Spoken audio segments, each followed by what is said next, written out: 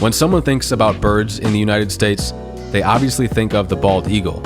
After that, people probably think of common birds found throughout the country, such as other eagles, ducks, robins, cardinals, owls, and other birds. People might even think of the passenger pigeon, once the most abundant bird in North America, but went extinct in the early 1900s. However, nobody ever thinks of a bird such as a parrot in the United States. But there was once a parrot that was indigenous to the United States, the Carolina parakeet, but it sadly went extinct around 100 years ago, just like the passenger pigeon. Hello everybody, my name is Adam, and this is the US History Unlocked podcast, where we look into historical events, people, places, and facts that relate to the United States. As always, if you ever have anything you'd like discussed on the show, feel free to leave a comment and we may look into it in a future episode. But let's look into America's only indigenous parrot, the Carolina parakeet. First off, the United States still might have a few parrot species that fly into areas such as southern Texas, such as the green parakeet. And on top of that, sometimes escaped parrots are able to survive in the wild in the US, but they were obviously not native to the United States. So today there are no indigenous parrots in the United States, but there once was. So we're going to discuss the Carolina parakeet, the characteristics of it, and the history of it, including its eventual extinction. The Carolina parrot was a small green parrot that was about a foot long. It had a green body, a yellow neck and head, and then an orange forehead. And there was also a subspecies of it that had more of a bluish-green body. You can find many drawings or paintings of the parrot online, and there are still many taxidermied parrots that are well preserved, so you can see what they exactly look like. And out of all the parrots in the world, the Carolina parrot had the northernmost range. When you think of parrots, you typically think of them living on the southern half of the world, but the Carolina parrot living in the United States was the parrot that lived the furthest north. It had a far range. It lived in the eastern, southern, and midwestern parts of the United States. It was found in places as far north as New York and Wisconsin, far west as Colorado, and all the way down to the southern coast of the United States. In all, it covered somewhere around 28 states total, so it was pretty abundant in these areas in the United States. The bird usually lived in large flocks, ranging up to supposedly 300 birds per flock. And they also lived fairly long lives, especially for a small parrot. A parrot at the Cincinnati Zoo lived for 35 years, and there are many Carolina parrots in captivity that lived for 30 years or so. And interestingly, the parrot might have been poisonous. People reported that cats would die soon after eating the bird. The Carolina parrot would eat the plant cocklebeer, which is a toxic plant in the US, but the bird wasn't affected by it when it ate it. So this could have potentially contributed to the bird's supposed toxicity, as an animal would eat the Carolina parrot, but then it would have this cocklebeer plant inside of it, which was toxic, which would then lead to the animal that ate the bird dying. Now, the overall frequency of the bird, as well as its ultimate decline and extinction, it's not really too well documented. There were no official studies done on the bird, so it's hard to tell what exactly led to the decline and extinction of the bird. People may claim that the bird was very prevalent and widespread before its decline in the 19th century. However, we do have to consider something. The European explorers that first described the bird in the 16th and 17th centuries, they were unaware of such parrots, because parrots, again, are really exclusively found in the southern part of the world. So those in Europe would have never seen such a bird like a parrot. So seeing a flock of these in the United States, very colorful birds flying around in large flocks, they would surely have been impressive to people such as European explorers. So they might have described them in grand detail, which might have given off the impression that they were very prevalent in the United States. However, they very well may have been prevalent in the United States, but we cannot know for certain. So before we get into the extinction and theories surrounding the extinction, let's look at the timeline of the bird's decline. After 1860, the bird was rarely seen outside of Florida.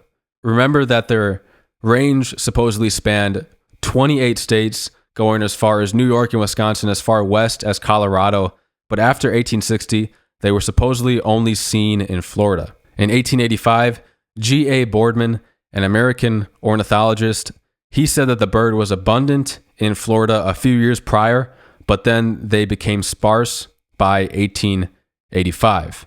In the late 19th century, people would report seeing many flocks of the bird in Florida, but they somehow must have had a rapid decline, as the last known Carolina parrot in the wild was killed in Florida in 1904.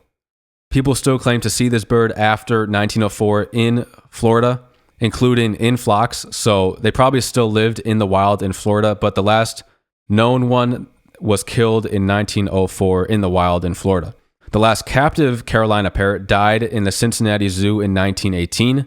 Interestingly, this Carolina parrot was kept in the same cage as the last passenger pigeon, which died in 1914, which we may talk about the passenger pigeon and their decline in a future episode.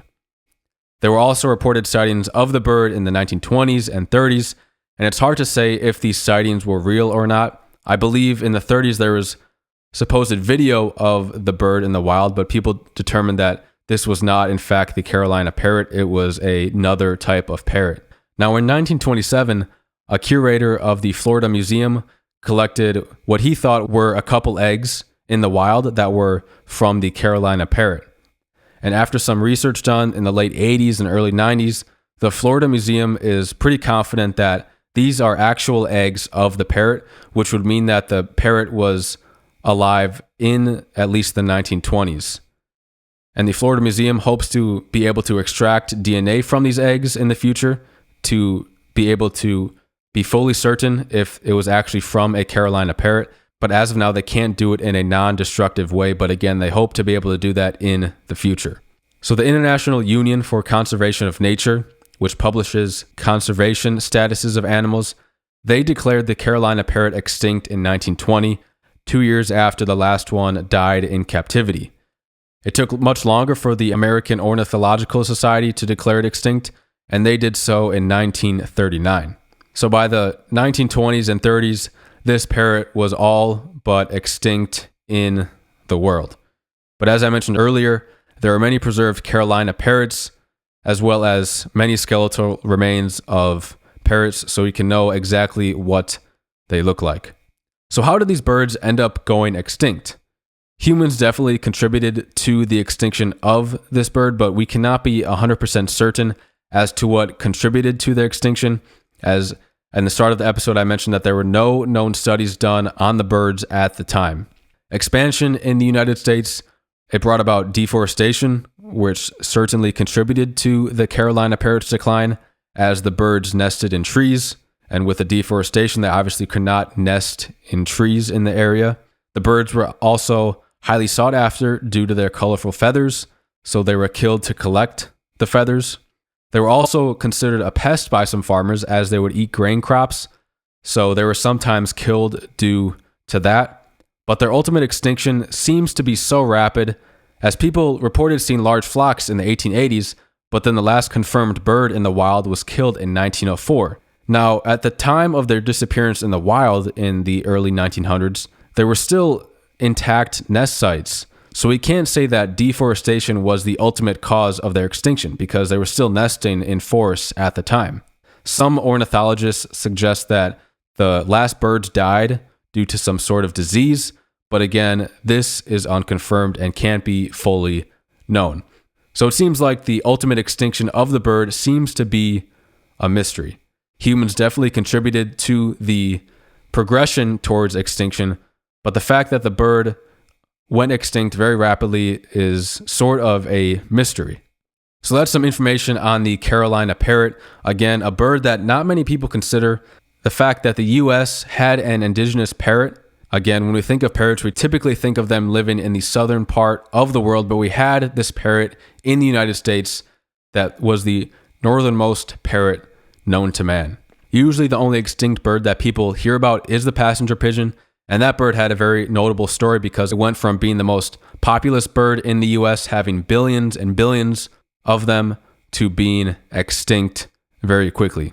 But the Carolina parrot is another notable example of an extinct bird in the United States, very unique among its species. because there's no other parrot in the United States. Just imagine being able to see a parrot in the wild that was native to the United States, flocking in the hundreds, even being able to see it in northern parts of the US, such as New York, Wisconsin, Michigan.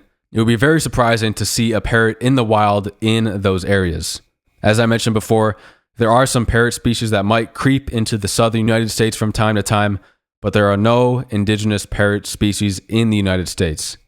So that's all I got on the history of the Carolina parrot, the only indigenous parrot found in the skies of the United States that is now extinct. Thank you all for listening to another episode of the U.S. History Unlocked podcast.